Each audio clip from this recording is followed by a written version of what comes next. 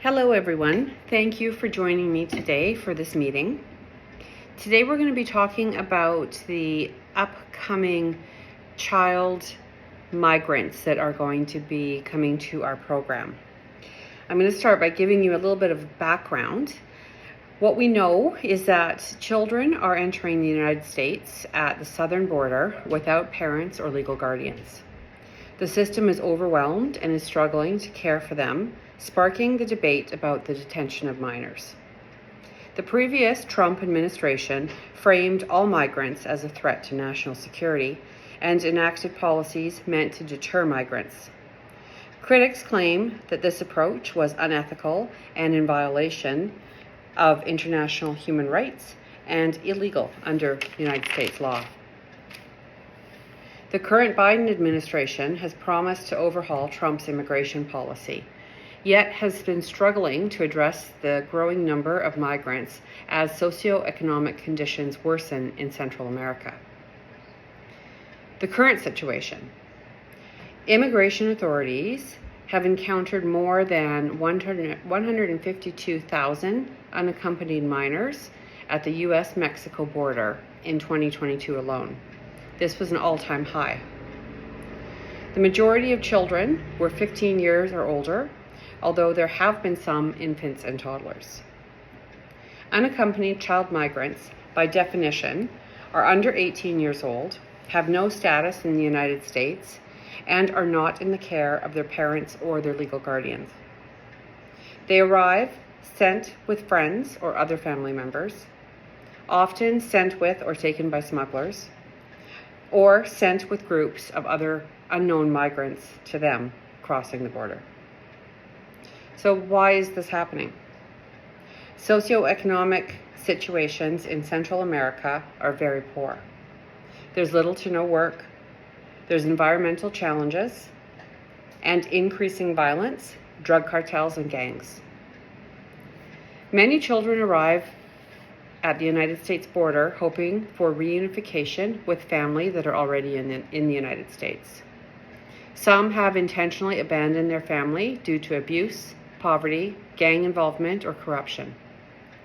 Some parents desperately want to protect their children from violence or corruption, enough to risk sending them to the United States to claim asylum.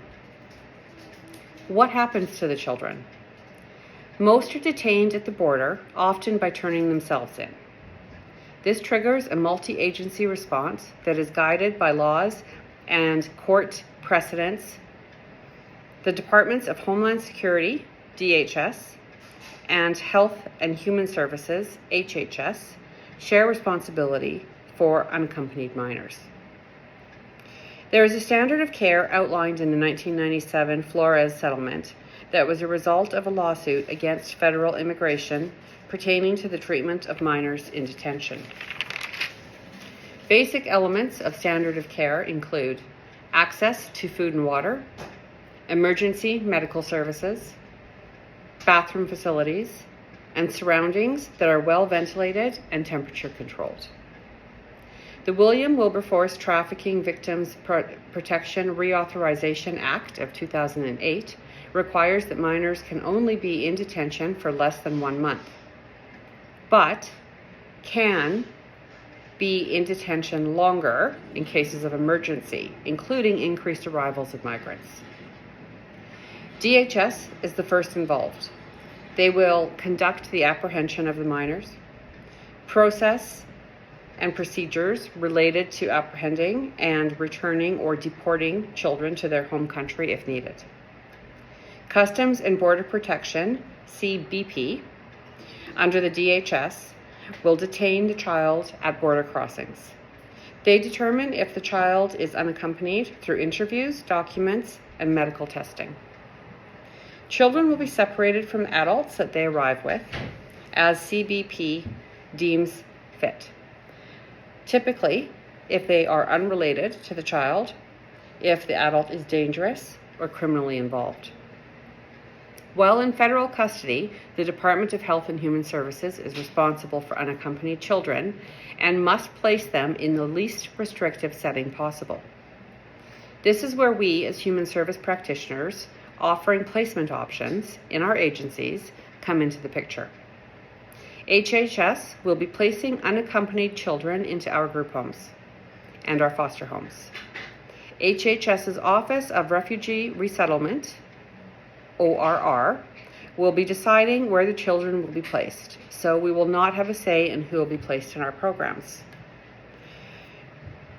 We are to provide educational, social, health, and legal support services while the children are in our care.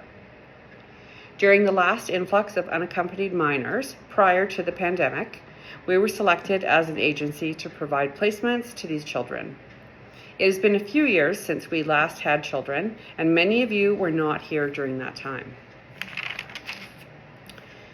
I'm asking the staff who were here at that time to share their knowledge and expertise of working with the unique needs of unaccompanied minors who are awaiting news of a decision about their refugee status. This is a very stressful time for these children, and those who were here last time have a wealth of knowledge to share. I have set up a Google Drive with files for staff to add to who have previous experience working with unaccompanied children, where they can document best practice knowledge, skills, tips, and ideas. This Google Drive will be open to all employees to read and add their ideas to. By sharing our knowledge, we can empower each other and develop further our collaborative culture of sharing and supporting each other. Please do reach out to me directly with any questions or concerns that come up once you have had a chance to process this information. Again, thank you for joining me for this information session today.